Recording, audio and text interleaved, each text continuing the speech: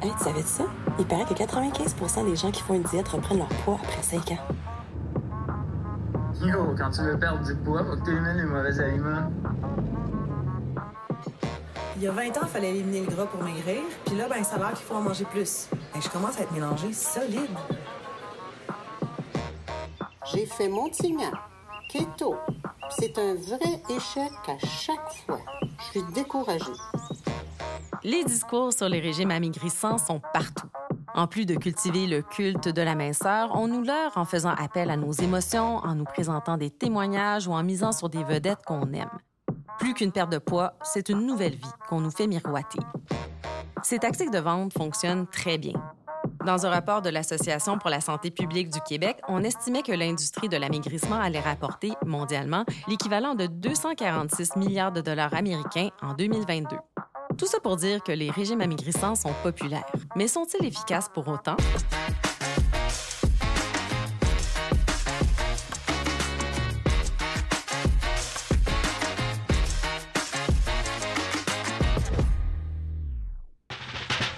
Ici Ève Baudin, bienvenue au Détecteur de rumeurs. Aujourd'hui, on se penche sur l'efficacité des régimes amaigrissants et on s'intéresse aux mythes entourant la perte de poids avec le nutritionniste Bernard Lavallée, aussi connu sous le nom du nutritionniste urbain. Fin communicateur scientifique, il a participé à plusieurs émissions de télé et de radio à titre d'expert en nutrition. Il est également co-animateur du balado On s'appelle et on déjeune et auteur de livres sur l'alimentation. Bernard Lavallée s'intéresse depuis des années au régime alimentaire amaigrissant et aux conséquences des modes alimentaires sur notre santé. Il a écrit plusieurs articles à ce sujet et il offre des conférences pour aider les consommateurs à départager le vrai du faux en matière de nutrition. Donc, bienvenue, Bernard. Merci. Bernard, selon un rapport de l'Association pour la santé publique du Québec publié en 2022, les régimes amaigrissants se cachent de plus en plus souvent derrière un discours santé, ce qui peut leurrer les consommateurs. Comment on fait alors pour repérer une diète amaigrissante? Donc, c'est quoi une diète? Là, si on regarde la structure de base, c'est des règles alimentaires strictes qu'on doit respecter pour obtenir un bénéfice.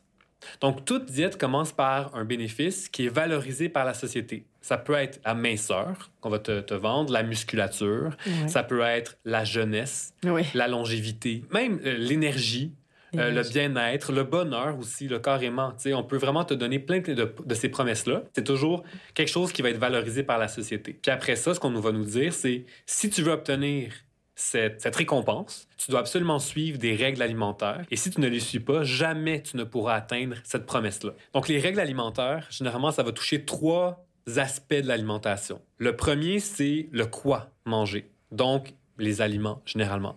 Donc, ça peut être de dire des aliments que tu dois absolument manger ou des aliments que tu dois absolument couper de ton alimentation si tu veux obtenir les bénéfices qu'on t'a donnés. Je parle d'aliments, mais ça peut être des suppléments, ça peut être des poudres, des shakes, des jus détox et compagnie, souvent qu'on va te vendre, bien évidemment. Donc ça touche le quoi manger. Après, tu as la quantité. Donc, combien manger. Donc là, ça va être par exemple de dire qu'il faut compter tes portions, compter des points, peser, mesurer ta nourriture. Donc vraiment, c'est sur la quantité que tu vas manger. Puis après ça, tu as le comment manger. Donc ça touche plus... En fait, c'est très large, mais ça va toucher plus le rituel alimentaire, les comportements. Fait que ça peut être de dire, il faut que... OK, mettons, la semaine, il faut que tu manges selon ces règles-là, mais la fin de semaine, tu as le droit de te gâter, si on veut, puis de manger ce que tu veux. Donc, selon un horaire précis. Ou ça peut être dans la journée. De telle heure à telle heure, tu peux manger ça, puis de telle heure à telle heure, tu peux manger ça. Ça peut être de dire, il faut que tu déposes ton ustensile entre chaque bouchée ou que tu mastiques 20 fois chacun de tes aliments avant d'avaler. Donc, on a la promesse, on a les règles alimentaires et surtout, ce qui est le plus important, c'est quand on te dit, tu dois les suivre absolument, sinon, tu n'auras jamais ces bénéfices-là. Et c'est là que la diète arrive parce que c'est comme si je te disais, c'est bon de boire de l'eau, mettons. Mais il n'y a aucun problème à ce que tu boives de l'eau. C'est pas une diète là, de boire de l'eau. Non. Mais si je te dis, il faut absolument que tu boives 10 verres d'eau par jour, puis si tu le fais pas, il y a tel problème qui va arriver, alors ça devient une diète. Oui. Tu comprends? Oui. Donc, elle est là, la nuance. C'est vraiment cette espèce une règle qu'on ne peut pas transgresser. OK. Puis dans la vraie vie en alimentation, il n'y en a pas de règles. Même en nutrition, tu sais, je répète toujours les mêmes conseils super plates parce qu'on les connaît tous, de manger plus de végétaux, de boire en majorité de l'eau, de cuisiner davantage. Mais c'est pas des règles. Puis c'est pas vrai de dire que si tu cuisines pas tous tes repas, tu iras en enfer ou tu sais comme ça va mal aller dans ta vie. Non, c'est pas vrai. Donc même dans les conseils de santé publique, c'est jamais des règles strictes. Ce sont des conseils que tu peux suivre ou pas. Ou non. Tu sais, ou non. Puis c'est correct. Tu Et comprends? adapté à tes goûts, etc. Exactement, absolument. OK. Versus ces diètes-là où souvent ça va être des règles qui s'appliquent à tous. Oui. Peu importe qui tu es, tu dois suivre exactement la même règle. Mais jamais une règle ne peut fonctionner pour tout le monde parce qu'on a tous des vies tellement différentes les uns des autres, des cultures différentes, des goûts différents, des vies, des modes de vie différents. Donc, c'est impossible que ça s'applique à tous. Donc, les 3 caractéristiques que tu viens de nommer, c'est toujours ces caractéristiques. C'est toujours un bénéfice promis, une ou plusieurs règles alimentaires qui vont toucher une de ces 3 sphères-là. Ça peut être plusieurs sphères, mais c'est au moins une de ces 3 sphères-là. Et la notion de tu ne peux pas transgresser cette règle-là. Si tu la transgresses, alors tu n'auras jamais ces bénéfices qu'on t'a promis. Là, c'est important de rappeler qu'on ne fait pas référence aux diètes recommandées par un médecin ou un nutritionniste pour restreindre ou éliminer un aliment auquel on est intolérant ou allergique, ou bien en cas de maladie comme le diabète, par exemple. On parle des régimes amaigrissants.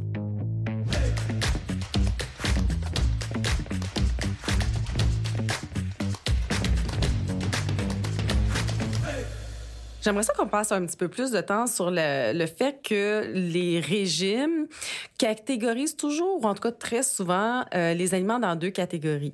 Donc, les bons et les mauvais. Ouais. Je pense qu'on retrouve ça dans beaucoup de régimes. Hein? Ouais, puis même, j'ai goût de dire, on retrouve ça dans la pensée populaire par rapport à l'alimentation. Oui, c'est vrai. Puis c'est vrai qu'il y a des aliments qui sont plus nutritifs que d'autres.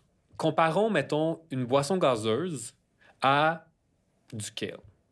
En fait, les 2 contiennent des nutriments différents.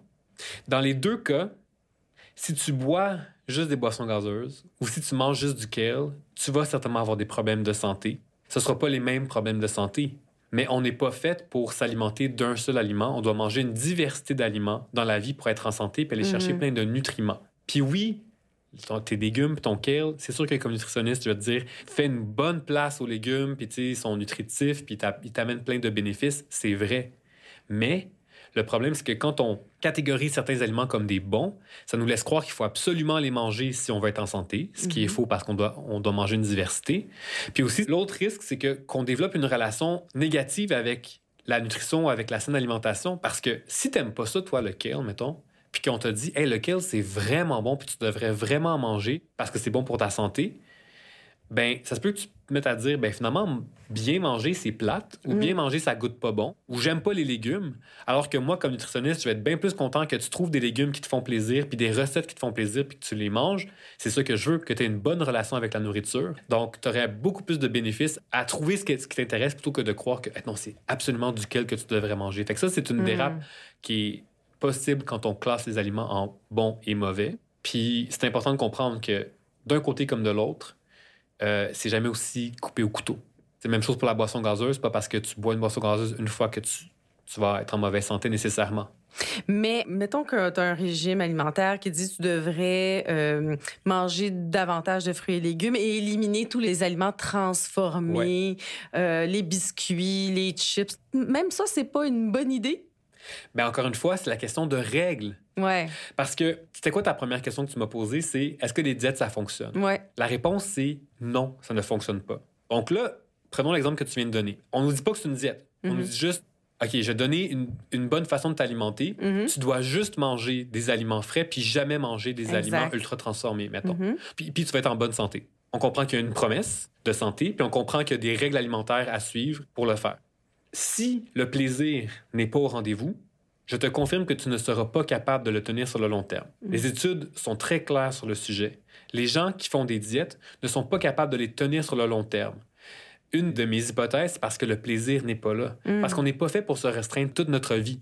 Donc, si on te dit que la seule chose que tu as le droit de manger, c'est des aliments frais et peu transformés, ça se peut que tu trouves un certain plaisir. Mais si toi, tu aimes ça, manger des chips de temps en temps ou des biscuits, puis que tu n'as jamais le droit d'en manger parce qu'on t'a dit que tu n'avais pas le droit, ils vont devenir de plus en plus tentants. Oui. L'interdit est très, très, très tentant. Et donc, on est capable de se restreindre pendant un certain temps.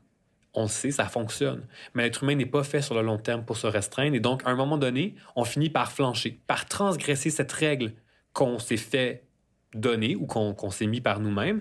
On transgresse cette règle-là. On se sent mal parce qu'on se dit j'étais poche. Oui. Je suis une mauvaise personne parce que j'ai pas été capable d'écouter les règles qu'on m'a données. Tout ce que j'avais à faire, c'était pas manger de biscuits puis de gâteaux. J'ai pas été capable de le faire. Donc, je suis une mauvaise personne. Donc là, ça affecte la santé mentale, évidemment. On développe une relation plus troublée avec les aliments, souvent avec le corps aussi, vu que la perte de poids fait partie de ce qu'on recherche. Et donc là, souvent, ce qui se passe, c'est que les gens qui vont vouloir se punir davantage parce qu'ils se disent, ben, j'ai été poche, j'ai flanché, donc je dois faire encore plus attention. Donc, ils vont peut-être changer de diète, peut-être se donner des règles encore plus strictes, recommencer. Puis donc, c'est un cercle vicieux qui s'installe où les gens se restreignent, flanchent, puis se sentent pas bien, puis recommencent. Donc, souvent, les gens qui vont faire des diètes vont en faire plusieurs dans leur vie. Oui, parce qu'ils sont toujours à la recherche de la nouvelle diète qui va fonctionner, puis ça marche jamais. Et donc, les gens se mettent à développer des mauvaises relations avec leur corps et avec les aliments. Donc, ça a vraiment des répercussions. Et pas juste ça a des répercussions sur la santé mentale, mais aussi sur la santé physique. Parce qu'on sait très bien que le corps n'aime pas ça, les fluctuations de poids. Tu sais, de faire le yo-yo avec son poids, donc qui monte, qui baisse. Donc, tu te restreins, ton poids, il baisse. Tu recommences à manger normalement, ton poids remonte. Puis tu fais ça toute ta vie. Donc, ça a des répercussions graves. Ces diètes-là qui sont vendues comme étant miraculeuses et qui fonctionnent. Puis c'est pour ça que c'est aussi important de le dire. La science est au rendez-vous, en fait, dans ce cas-ci. Les diètes ne marchent pas sur le long terme.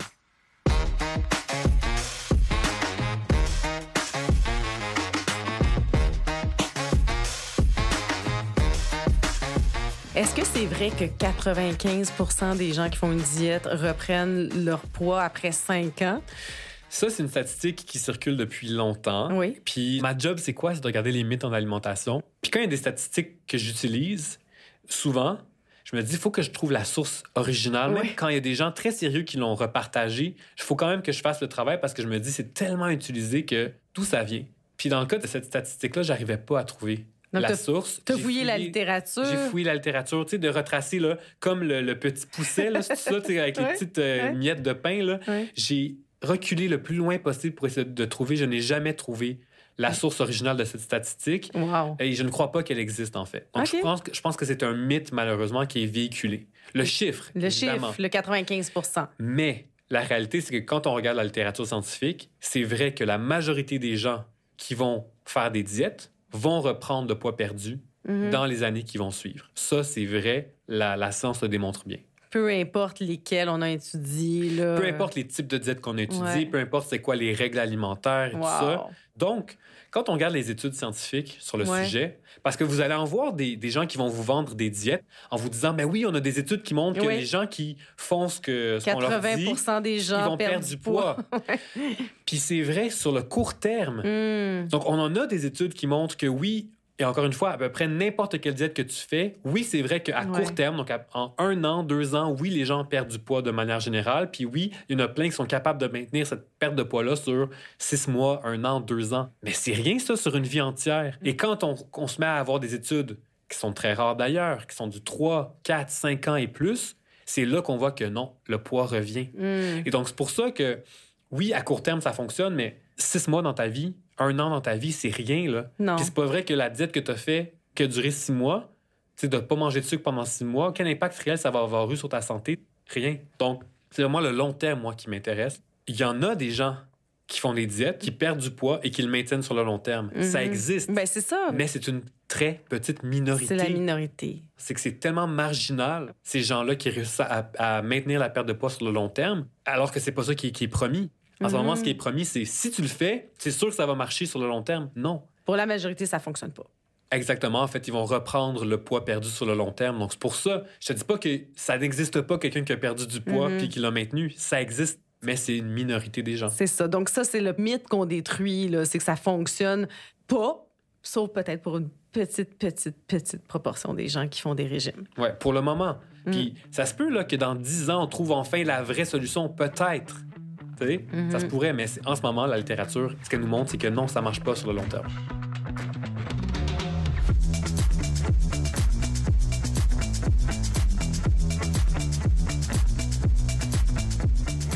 Bon, en même temps, le poids idéal, c'est quelque chose qui est beaucoup véhiculé. Donc, évidemment, dans les médias, les réseaux sociaux, etc., cette idée qu'on devrait tous avoir un poids dit santé. Puis, il y a même des médecins là, qui vont recommander à certains patients de perdre du poids. Quelles solutions on peut offrir à ces personnes-là? J'ai beaucoup de réflexions par rapport à ça. La première, puis je vais rentrer dans la santé après, mais la première question, c'est pourquoi est-ce que vous voulez perdre du poids? Ça, ce serait la première question que je me poserais. Parce que si la réponse porte sur votre apparence, pour dire je veux que les gens m'aiment, je veux être plus beau ou belle, je veux être accepté, je veux me trouver un chum, une blonde, etc., il faut comprendre que c'est teinté de beaucoup de préjugés grossophobes qui sont présents dans la société. Donc déjà, il y a toute cette question-là, puis pour moi, l'estime de soi ne se règle pas en perdant du poids. Ça se règle dans les bureaux avec des nutritionnistes puis des psychologues qui vont être capables de faire ce travail-là. Fait que ça, c'est comme la première pierre que je mets là-dessus. Faut se questionner sur son... La motivation. Ouais, Pourquoi? Okay. Puis il y a juste vous qui le savez, au fin fond de vous-même. Donc, première question, c'est posez-vous vraiment c'est quoi votre motivation en arrière. Puis encore une fois, c'est super légitime de vouloir perdre du poids puis de se dire je veux être plus beau ou belle, etc. C'est super légitime parce que la société nous envoie des tonnes de messages qui nous disent que les personnes minces sont bien meilleures que les personnes grosses. Donc, c'est normal d'avoir ces motivations-là, mais c'est teinté de beaucoup de préjugés. Fait que ça, c'est la première des choses. Ensuite de ça, la question de la santé. Oui, avoir un poids plus élevé, ça peut affecter la santé, c'est vrai. Mais si on revient à ce que j'ai dit tantôt, c'est-à-dire qu'en ce moment, d'un point de vue de l'alimentation, on n'a pas de solution pour que les gens soient capables de perdre du poids sur le long terme. Alors, je re-questionne beaucoup le conseil de dire aux gens, perdez du poids. Changez votre alimentation pour perdre du poids. C'est pas vrai que la majorité des gens vont être capables de le faire. Donc, il y a des questions qu'on devrait se poser par rapport à ça. Et donc, aujourd'hui, moi, je suis beaucoup plus de cette approche-là sur les habitudes de vie. Encore une fois, la littérature est claire. C'est-à-dire que bouger davantage, dormir suffisamment, ne pas fumer la cigarette, manger plus de fruits et de légumes, cuisiner davantage, etc. Donc, ces habitudes de vie-là ont des bénéfices sur la santé, peu importe notre poids et peu importe s'ils s'accompagnent d'une perte de poids ou non. Donc, ce que ça veut dire, c'est que pour moi, des professionnels de la santé devraient se poser la question, c'est quoi mon but comme professionnel de la santé? C'est-tu de faire maigrir les gens ou qu'ils soient en santé? Évidemment, je pense que la majorité vont dire c'est qu'ils soient en santé. Donc, ils pourraient donner les mêmes conseils, peu importe c'est quoi le poids, et obtenir des bénéfices sur la santé, donc sur la plupart des maladies chroniques, comme le diabète, les maladies du cœur, le cancer, etc. On peut obtenir des bénéfices sur la santé uniquement par les habitudes de vie, qui sont des facteurs qui sont contrôlables. Intéressant. Donc, même si au bout du compte, l'aiguille de la balance ne change pas, on aura quand même des bénéfices. Oui. Ouais. Puis c'est beaucoup moins stigmatisant de cette façon-là parce que peu importe le patient qui rentre dans le bureau, on peut lui donner les mêmes conseils puis on sait que ça va marcher. Versus de dire à la personne grosse, « Ah non, toi, il faut que tu perdes du poids. » Alors qu'on n'a pas la littérature pour prouver que, encore une fois, par l'alimentation, ça fonctionne. Donc, pour moi, c'est beaucoup moins stigmatisant d'aller vers quelque chose qui est contrôlable, c'est-à-dire les habitudes de vie. Puis finalement, le poids, c'est pas nécessairement le seul indice qu'une personne est en santé ou non, là. Non, exactement. Oui, c'est un facteur qui qui peut entrer en ligne de compte, mais il y a des tonnes de facteurs qui affectent la santé. Puis donc, pour ça que c'est important, je pense, d'avoir cette discussion-là, parce que c'est simplement parce que le focus a beaucoup été mis sur le poids depuis des décennies. Donc là, c'est un peu le retour du balancier, c'est-à-dire que là, il faut essayer de faire réaliser aux gens, oui, OK, le poids, ça a une influence, mais il y a bien d'autres choses qu'on pourrait regarder, puis qui sont moins stigmatisantes, puis qui fonctionnent quand même, puis que tout le monde peut appliquer, qui sont aussi importantes et dont on doit parler. Puis aussi, moi, en tout cas, un des trucs qui me fascine le plus là-dedans, c'est que tu sais, mettons, dans les études où on regarde l'influence du poids sur la santé. Donc, grosso modo, on regarde les études puis on se rend compte qu'on associe un poids plus élevé à une moins bonne santé ou plus de risques de différents types de maladies chroniques. Comme tu le sais certainement, les études d'association, il y a différentes variables qu'on doit contrôler pour s'assurer d'avoir des résultats qui sont fiables. Mais on ne contrôle que les variables qu'on connaît. Absolument.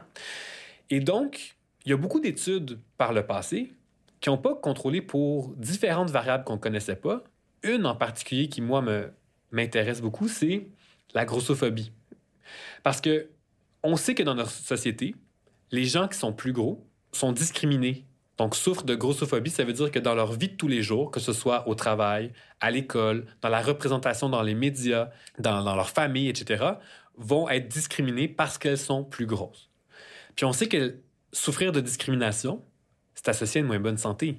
C'est assez clair, je veux dire, même sans études, je pense que c'est assez clair de le comprendre. Quand tu te fais discriminer dans plein de sphères de ta vie, même dans le milieu médical aussi, ben t'es plus stressé, par exemple, plus anxieux, t'as plus de problématiques de santé mentale, etc. Donc, ça serait un facteur confondant dans les études qui ferait en sorte que ces personnes-là, oui, elles sont peut-être moins en santé, mais ça n'a peut-être rien à voir avec leur poids. Exactement. Okay. Ou peut-être que ça a rapport, mais on n'a jamais contrôlé pour cette valeur-là. Okay. Alors que c'est super important. Donc ça, c'est un exemple que là, aujourd'hui, on s'en rend compte puis qu'on se dit, ben là, il faut probablement qu'on regarde la discrimination que ces gens-là subissent parce que ça a un impact sur la santé.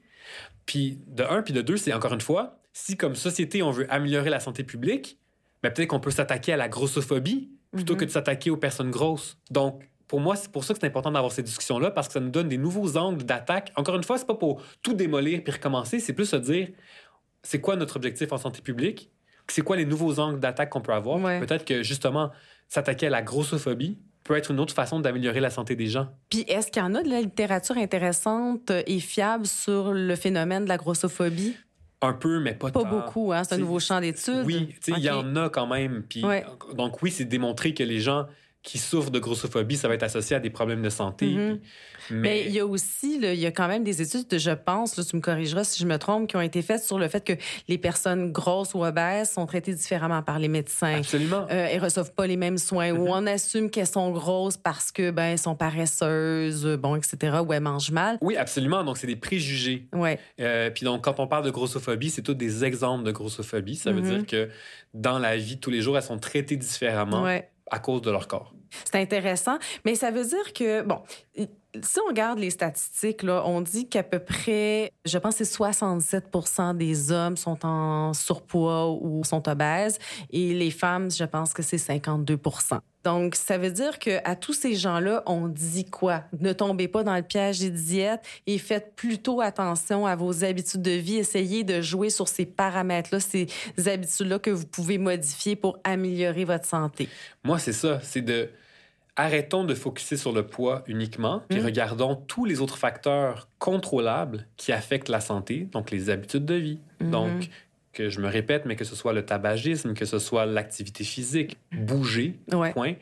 Donc, de trouver des activités qui vous font plaisir, ça va être parfait. De trouver des aliments que vous aimez cuisiner, que vous aimez manger, c'est parfait. Donc, c'est ça aussi, c'est de toujours penser à la notion de plaisir, parce que c'est comme ça que les habitudes de vie vont être durables. C'est ça qui va les différencier de la diète, tu sais, que le plaisir sera toujours là et de se dire que ces habitudes-là nous font tellement plaisir, en fait, que je vais être heureux de les garder toute ma vie. Oui, puis c'est ça. On sait que ça va avoir des bénéfices d'un point de vue de la santé, peu importe qu'il y ait une perte de poids ou pas qui s'accompagne de ces changements d'habitude. Oui, puis ça, c'est des données probantes qui nous le démontrent. Là. Absolument. Merci, Bernard, d'avoir déboulonné des mythes sur les régimes amaigrissants avec autant de doigté. C'est quand même un sujet très sensible pour bien des gens. On retient donc que les régimes pour perdre du poids, ça marche pas à moyen terme dans la très grande majorité du temps, qu'il n'y a pas de bons aliments à manger absolument ou de mauvais aliments à éliminer complètement de notre alimentation et que pour être en bonne santé, mieux vaut miser sur des habitudes de vie saines et durables et faire des choix alimentaires variés et équilibrés qui nous font du bien. Et pour ça, au besoin, on peut voir un nutritionniste. On peut suivre Bernard Lavallée sur les réseaux sociaux sous le nom du nutritionniste urbain. C'était le Détecteur de rumeurs, une production de l'agence Science Presse soutenue par le scientifique en chef, les Fonds de recherche du Québec et le Bureau de coopération interuniversitaire. À la recherche, Monique Guilbeault. À la réalisation, Claudie Fortier-Saint-Pierre et Félix Charret. Au mixage sonore, Jonathan Toyon. À la production contenu et à l'animation, moi-même, Ève Baudin. Je vous invite à découvrir les autres épisodes de notre balado sur votre plateforme d'écoute préférée et je vous dis à la prochaine.